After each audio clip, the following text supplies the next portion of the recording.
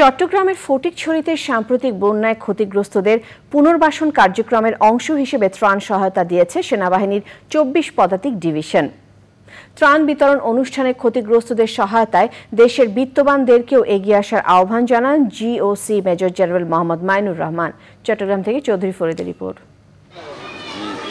এবারের বন্যায় কেবল চট্টগ্রামের ফটিকছড়িতেই ১.৫ লাখ মানুষ ক্ষতিগ্রস্ত হয়েছে।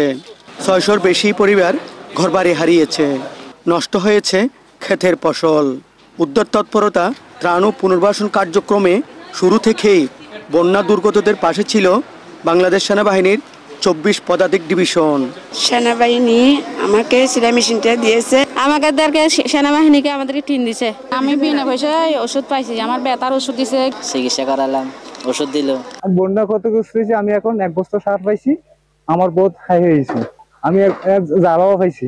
বন্যায় ক্ষতিগ্রস্তদের পুনর্বাসনের অংশ হিসেবে ফটিকছড়ির বুসপুর সরকারি স্কুল মাঠে ৫০০-র বেশি পরিবারকে নগদ ২০,৭৫,০০০ টাকা, ঢেউঠিন, সেলাই মেশিন, সার ও বীজ বিতরণ এবং ৮০০ রোগীকে বিনামূল্যে চিকিৎসা সেবা ও ঔষধ দেয়া হয়েছে।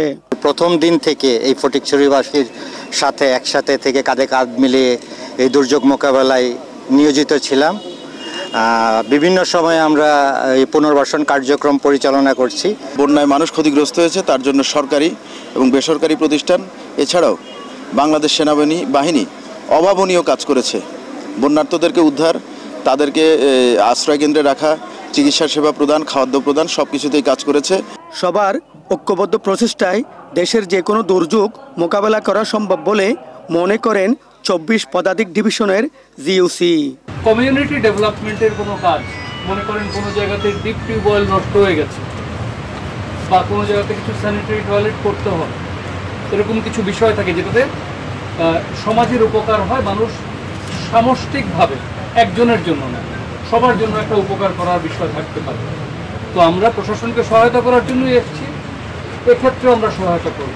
অনুষ্ঠানে লক্ষ্মীছড়ি জোন অধিনায়ক লেফটেন্যান্ট কর্নেল তাজুল ইসলাম সহ সামরিক কর্মকর্তা ও স্থানীয় জনপ্রতিনিধিরা উপস্থিত ছিলেন। Chowdhury Farid, channel I, Chittagong.